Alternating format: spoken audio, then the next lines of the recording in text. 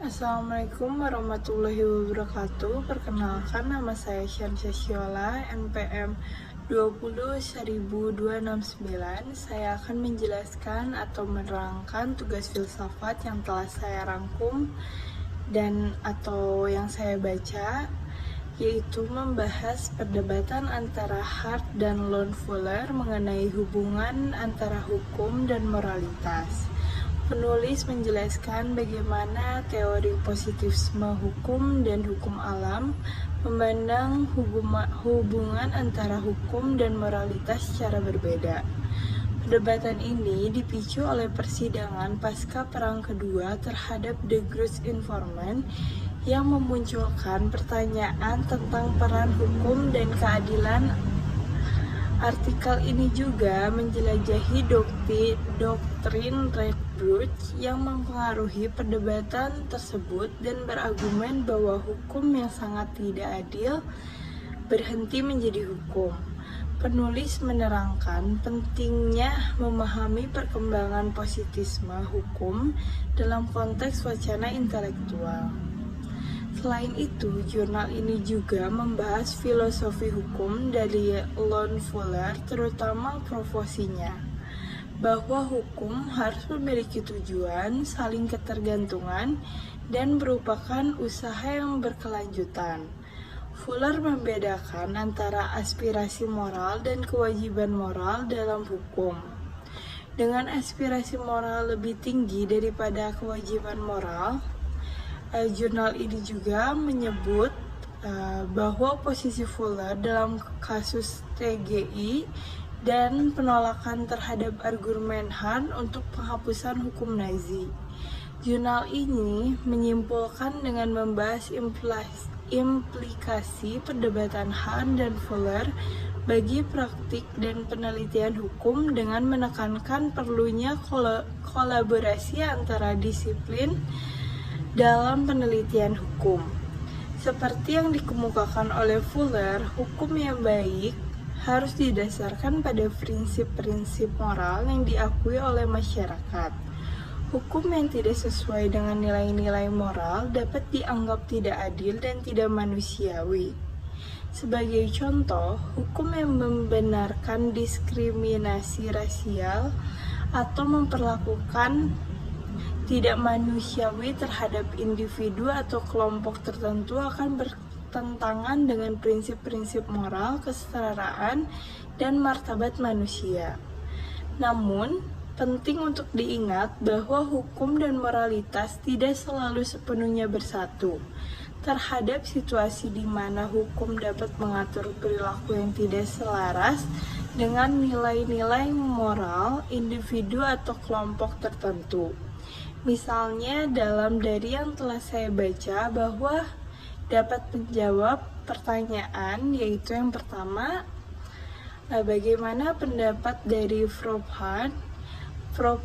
Profesor Han berpendapat bahwa dalam kasus TGI, dari sudut pandang positisme hukum, terdapat dua pilihan bagi negara Jerman pasca Perang Dunia Kedua: membebaskannya atau menghukumnya berdasarkan hukum retrospektif baru. Han berpendapat bahwa jika pengadilan Jerman pasca Perang Kedua menghukum terdakwa karena menganggap hukum Nazi sebagai ilegal karena tidak sesuai dengan prinsip-prinsip moral, maka pengadilan tersebut melanggar kesetiaan terhadap hukum.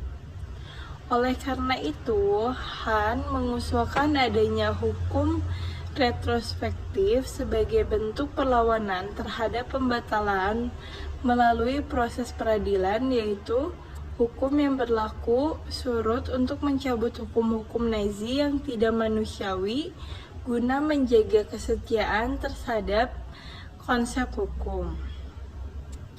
Yang kedua, ada pertanyaan bagaimana pendapat Prof. Fuller.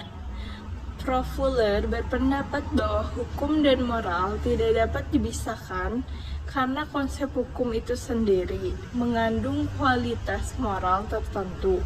Menurut Fuller, hukum hanya mungkin ada jika didasarkan pada moralitas masyarakat.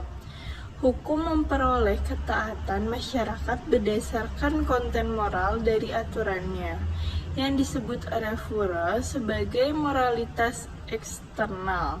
Selain itu, Fuller berpendapat bahwa hukum juga memiliki moralitas internal yang timbul dari sifatnya sebagai aktivitas manusia yang bertujuan. Moralitas internal pada prinsipnya bukan tentang konten hukum, tetapi tentang kualitas hukum yang harus dimiliki untuk menjadi hukum secara keseluruhan. Fuller juga mengusulkan definisi hukum dalam bentuk proporsi yang mencakup 3 elemen. Yang pertama tujuan, saling menguntungkan, dan yang 3 ada usaha yang berkelanjutan. Ini berarti bahwa Fuller memahami hukum dengan mempertimbangkan tujuan hukum itu sendiri. Yang kedua, hukum dibuat melalui interaksi antar warga negara dan pemerintahan atau legislatif dengan orientasi dan tujuan tertentu atau saling menguntungkan. Selain itu, hukum juga merupakan aktivitas aspirasi yang berkelanjutan dalam arti bahwa cita-cita hukum tidak akan pernah sepenuhnya tercapai atau usaha yang berkelanjutan. Pendapat Fuller tentang kasus TGI lebih kurang sama dengan pendapat Radboud pasca perang. Fuller berpendapat bahwa sistem hukum Jerman di bawah rezim Nazi tidak layak untuk mengesahkan hukum. Ini berkaitan dengan konsep moralitas internal hukum. Hukum hanya mungkin ada jika memenuhi elemen moral internal, yaitu moralitas aspirasi dan moralitas kewajiban.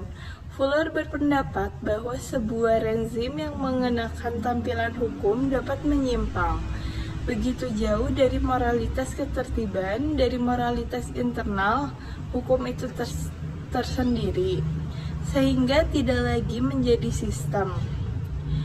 Bagaimana pendapat kamu tentang perdebatan ini?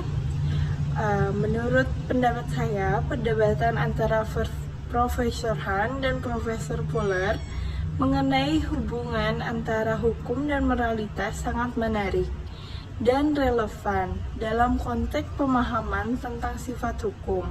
Saya cenderung setuju dengan pendapatan Fuller bahwa hukum dan moralitas tidak dapat dipisahkan dan bahwa hukum yang baik harus didasarkan pada prinsip-prinsip moral yang diakui oleh masyarakat. Pendekatan Fuller yang menekankan pentingnya moralitas internal hukum dan aspirasi moral dalam pengembangan hukum memberikan pemahaman yang lebih holistik tentang sifat hukum.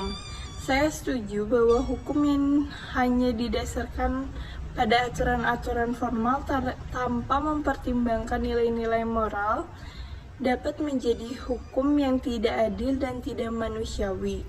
Namun saya juga mengaku bahwa pandangan Hart tentang hukum retrospektif sebagai bentuk perlawanan terhadap pembatalan melalui proses peradilan memiliki argumen yang kuat. Dalam konteks kasus TGI, penggunaan hukum retrospektif untuk mencabut hukum-hukum Nazi yang tidak manusiawi dapat dipandang sebagai upaya untuk memperbaiki ketidakadilan yang terjadi pada masa lalu. Bagaimana pendapat kamu tentang keterkaitan hukum dan moralitas? Dalam kesimpulannya, saya berpendapat bahwa hukum dan moralitas saling terkait dan tidak dapat dipisahkan.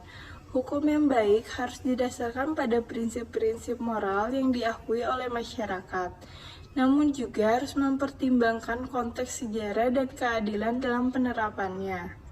Menurut pendapat saya, hukum dan moralitas memiliki keterkaitan. Hukum seringkali mencerminkan nilai-nilai moral yang harus diakui oleh masyarakat dan bertujuan untuk menciptakan tataan sosial yang adil dan manusiawi. Moralitas di sisi lain memberikan dasar nilai yang menjadi landasan bagi pembentukan hukum. Sekian yang telah saya jelaskan. Terima kasih. Assalamualaikum warahmatullahi wabarakatuh.